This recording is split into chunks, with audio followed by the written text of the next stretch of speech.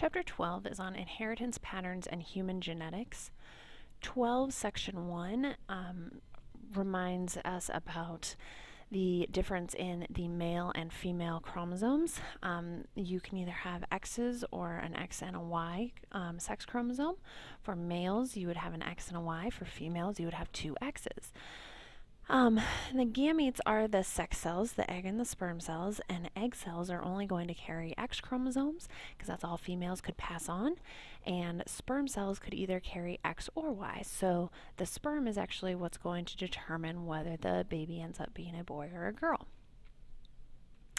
And this is just showing that it's a 50-50 chance to have a boy or a girl. You can see by the Punnett square here, combining your egg and your sperm cells. There's 2 out of the 4 boxes here have the chance to be a girl, and 2 out of the 4 have a chance to be a girl, so 50-50 shot. Thomas Hunt Morgan is the one that is credited with the discovery of the sex chromosomes. He did his research in the early 1900s at Columbia, and mainly he researched with fruit flies. Fruit flies are something you'll probably use if you go on to take a genetics course in college. But fruit flies have the ability to reproduce very quickly, and they also have a good number of offspring, so it's easy to track generations in a relatively short period of time. Sex linkage refers to genes that are actually linked or physically attached to a sex chromosome, so we can have either X-linked traits or Y-linked traits. Most of the sex-linked genes are going to be found on the X chromosome. You can see by the picture here that the X chromosome is much larger in size than the Y chromosome. So the X chromosome is able to hold many more genes than the Y chromosome. On the Y chromosome, mainly we're going to have genes for male reproductive organ development. Now, when doing a sex-linked genetic problem for a particular Punnett square, you do them a little bit different than the normal Punnett squares we've been working on. You also have to account for the X's and the Y's, which we haven't done before. So we're going to look at a couple examples of fruit fly crosses where we're looking at eye color, with red being dominant over white. And this is an X-linked trait, so the gene for this eye color is actually located on the X chromosome. So here's one example. This one says we have a white-eyed male, so he's XY, and since he has white eyes, that means he has a recessive allele attached to his X chromosome. And he's mating with a red homozygous dominant female. So our female is XX, and it says she's homozygous dominant, so she has 2 big R's. So when we do our crosses here, we can see that in our offspring, all of these offspring are going to have red eyes because they all get at least one X big R from their mom. Now, when we're looking at these types of crosses, notice that the Y does not have anything attached to it. This is not a Y-linked trait. It's only an X-linked trait. So the Y will not have an allele specified next to it. It's only the X chromosome. So for males, you're only going to have 1, and for females, you would have 2. Here's another example. This time we have a red-eyed male, so he would have to be X big R Y, and he's mating with a red heterozygous female. So still XX for a female, but since she's heterozygous this time, we need a dominant R and a lowercase r. And then we can do our crosses for that and predict our ratios for our offspring. Now, when you start doing dihybrid crosses with these, Thomas Hunt Morgan expected some certain ratios. We've talked about the ratio of 9:3 to 3:1 when we did a dihybrid cross between 2 heterozygous organisms. And what he was getting was not showing those same results that he was expecting. So what he figured out actually is that these characteristics actually get linked together sometimes because they're on the same chromosome. So sometimes they do get inherited together, which actually goes against Mendel's law of independent assortment. Mendel said that all of these genes get distributed to the new gametes independently of one another. But if they're located close to one another on the same chromosome, it's hard to get those genes separated from each other.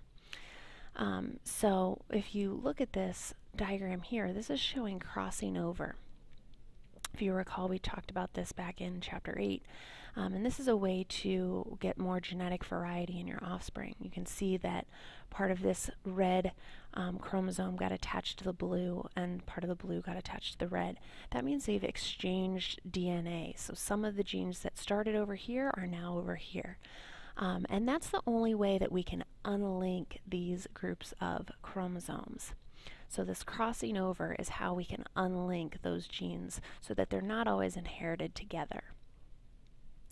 Now we can use that frequency of crossing over to make a chromosome map, which is exactly as it sounds. It's literally a map or sequence of the genes that are on a chromosome. So here's what a sample would look like. And each of these different colored lines is representing a different gene. Now, one map unit is equivalent to a 1% chance of crossing over. So if you're 2 genes apart, then that means you're 2 map units apart and therefore have a 2% chance of crossing over. So the further apart you are from one gene to another, the greater the chance those genes have to be separated out. So ones that are far apart have a greater chance than ones that are right next to one another. And that's what this diagram is showing here. So if this is gene A, and this is gene B, and this is gene C, which ones have the highest probability of crossing over? Well, it should be A and C, right? They're the farthest apart, so they could cross over anywhere in this middle region. The lowest possibility of crossing over would be A and B, right? They have the closest map units to one another, and so they could only cross over in this small area here, so they would have a less likely chance of crossing over and being separated from one another. Now, mutations we've talked about before. Mutations are just changes to the DNA. It can involve an entire chromosome or just one single nucleotide, like in this diagram here, only one base pair that didn't pair up properly. And mutations, some can be beneficial and provide an evolutionary advantage, but many times, often mutations will lead to certain genetic disorders. There's different types of mutations: germ cell mutations, somatic cell mutations, and lethal mutations. Germ cell mutations occur in the gametes, or the germ cells, which are your sperm and egg cells. So if you have a mutation in one of those types of cells, that does not affect you as an organism, but it can be passed on if that is the particular gamete that ends up being fertilized. So with germ cell mutations, you're not affected, but your offspring could be. With somatic cell mutations, those are going to occur in your normal body cells. So these types of mutations will affect you as an individual, but not necessarily be passed on to your offspring. So for instance, someone that develops lung cancer, like this diagram here, that does not necessarily mean that your offspring is going to have lung cancer. It's only affecting you. So that's a somatic cell mutation. And a lethal mutation is one that causes death. So oftentimes this will happen before the organism is ever born. There's also some different types of chromosome mutations, and that just means that there's been a change to the structure of the chromosome. So it could be a deletion or an addition. There could be an inversion, where a segment of the DNA breaks off and reattaches in a different order, particularly the reverse order. Translocation is similar to inversion, with a segment breaking off, but then it will reattach to another chromosome. And then the last one is non-disjunction, and that's when the chromosomes don't separate out properly during meiosis. So here's some diagrams of that. This would be like your bases lined up. If you had a deletion, just a part of it would be broken off, given away.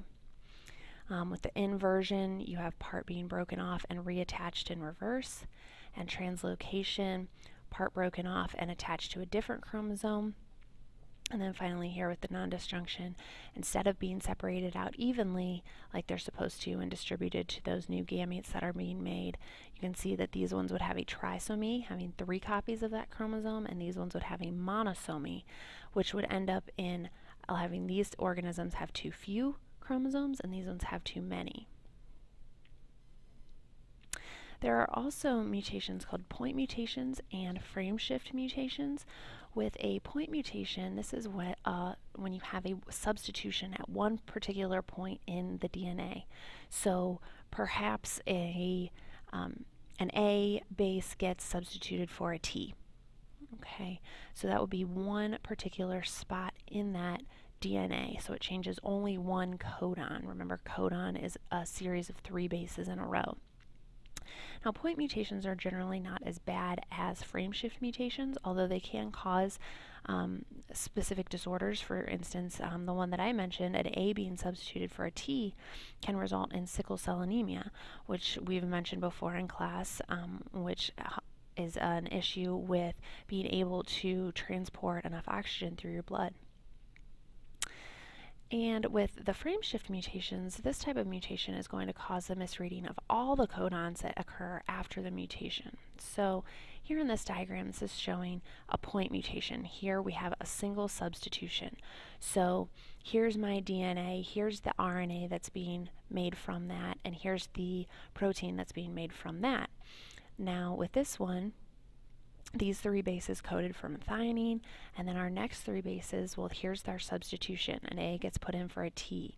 So that means that we code wrong for our RNA, and then that's going to give us a different series of 3 bases, so a different codon, and that codes for a different amino acid than what we should have. Okay, it should be threonine, and this time it's serine. So this could cause an issue for us. A frameshift mutation in this diagram here would be like having a deletion. So here are our first 3 bases. We're still coding for methionine, but then that T, that original T, just gets completely deleted.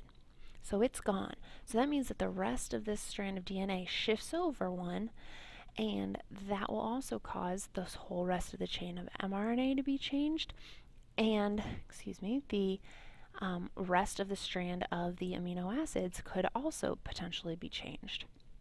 So frameshift mutation changes every codon after the mutation, not just one individual spot.